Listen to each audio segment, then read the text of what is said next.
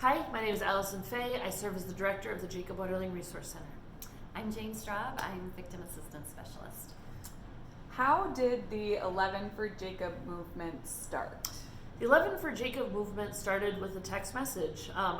Jane and I were leaving court after knowing that the person who was responsible for what happened to Jacob had signed the confession, and it was dark and hard and frustrating and an emotional time, as just to put it as a very basic way.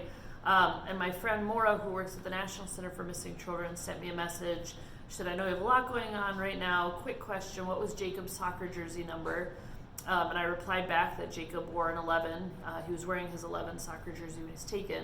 She said, would it be respectful, would it be okay if my nephew's team out here in Maryland, if we wear 11s on their faces tonight when they play soccer in Jacob's memory? That was the first time in days, weeks maybe, I don't know, that whole time is such a blur for me, but that I smiled because it was about not how Jacob died, but how Jacob lived. And so then we got back from the office, from being at court, talked to the Wetterlings, put something online that said, if you want to live in a way that honors Jacob, if you're trying to figure out how to be supportive of the family, one way to do that this week is to put on an 11 and make a decision to live in the way that Jacob lived. You know, we look at this one person who caused harm that created this ripple effect for so many people. And if we flip that and we think of what are the positive things that we can do that create ripple effects that make the world better, then we're honoring the focus isn't on how Jacob left, but and was taken from us. The focus is on the world that we can create for kids. Look at Jacob's life as a book. My frustration was it felt like this offender got to write the last chapter in Jacob's book, and that to me wasn't fair. He shouldn't even get to write a sentence. And so part of the 11 for Jacob movement is for us deciding how the book is going to end, and for us writing the end of the book in a way that honors who Jacob was. How did you pick which traits would be a part of the movement? So I just looked at a lot of photos of Jacob that, were public, and so many pictures where he was smiling and he was with friends and many playing sports. And so we just started looking at, what were things that Jacob did and how he lived his life. So, be a good sport was that was an obvious one. And obviously the time, with all of his friends and and joyful and happy and all of those things. So it was, coming up with things that really represented him in a positive way, and we wanted it to be simple, not complicated, so children and families could pick up on that. And, I think we probably sent maybe 13, 14, 15 to the Wetterlings, and then they helped to get it back down to 11. Were you surprised by how quickly the movement caught on? Well, it's one of those things when we teach internet safety here, we talk about how the internet can be used for good or it can be used for bad. It's the choices that we make behind our keyboard or behind our phone. And this was a moment where we saw social media being used for good so quickly. We talked to the Wetterlings siblings, we talked to the parents, we got it down to 11, we put it out there, and we just said, if you're trying to figure out today what to do to be helpful, put on 11 before your next game or your next school play or your next concert or whatever it is that you're doing, and make a commitment to live by these 11 things. And the first call that came through was from the Minnesota Twins, who called and said, we love this idea, can we honor Jacob at our next game, and here are the ways that we're thinking of doing it.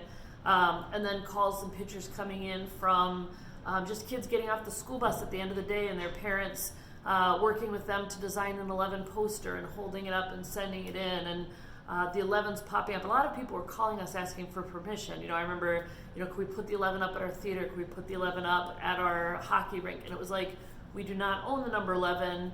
Do what makes sense in his honor, but do send us pictures because we love to see the positive ripple effect. And it was a shift, less of what we were scared of and more of what we're building to. And that energy has just been something that's carried us through that time and continues to shape the work that we do. What has been the most impactful for you out of the 11 for Jacob movement? I think, as Alison talked about, it was a very dark and overwhelming time of knowing what had happened to Jacob, and as Alison said, kind of feeling like that chapter ended, and we wanted to keep his legacy going.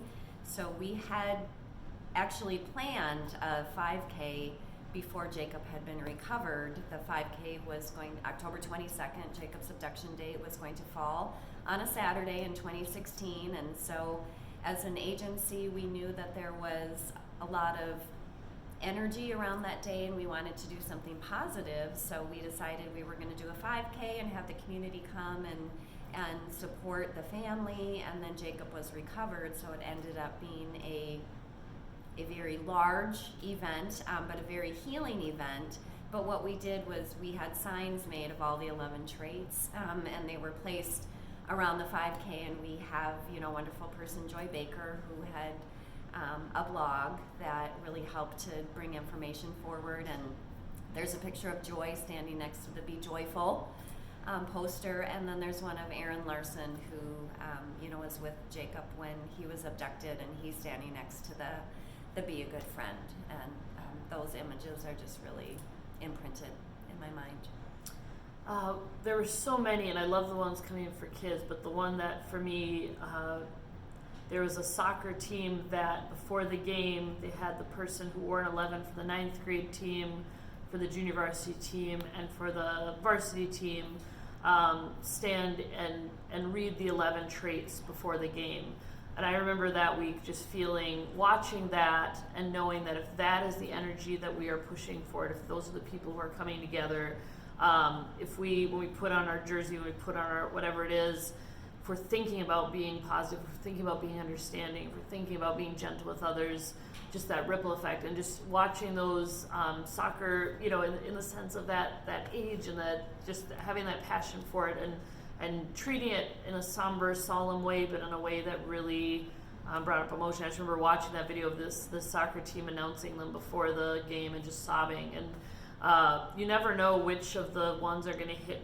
Sometimes you'll see artwork from kids with the 11 and you feel great. Other times you see something and it just brings up a lot. But it's, I think that in the work that we do, if we spent every day talking about how Jacob died, we wouldn't be able to do this work. It would just be too hard. And getting a chance to instead, when we're in the schools and we're with parents, talking about what it means to raise kids who are understanding, talking about what it means to raise kids who are good friends. That gets into that empathy, that gets into talking about consent, that gets into a lot of our messages around prevention. And it's work that we're so blessed to do, and I'm glad to do it under this banner of 11 for Jacob. And it's hopeful. So Patty talks about hope being a verb, and when those kids are actually out saying the 11 traits and living by the 11 traits, that's doing, and that's hope. So what do you hope for the future of the movement? I hope it just continues to move forward. It seems that there's new ways to explore 11. People come up with different ideas about ways that they're going to, teach their kids or make it a classroom rule, or again, as Alison said, artwork. It's simple, and we just want people to just continue with that and really explore and do what they want to do with the 11 traits. And it's all over the place. I mean, I spoke in one of the Minnesota correctional facilities for Crime Victim Rights Week, and then got all this artwork back from people who are living there with the 11 for Jacob. And you're thinking if the people in the prisons are thinking about what that means, and then getting a friend of mine was at a race in another state, and people were wearing 11 for Jacob shirts, and she was sending me pictures of that. It's this ripple effect, and you never quite know. I just got an email from the Stillwater ski team that every year they give an award to one of their skiers who epitomizes those 11 traits. And so just different people moving this forward in different ways, and I just love the ripple effect. And I love that we then, as a community, get to choose how the story ends. We get to have the last word, and the last word isn't about violence. It isn't about fear. The last word is about joy. It is about fairness. It is about understanding, and that's what we're all about.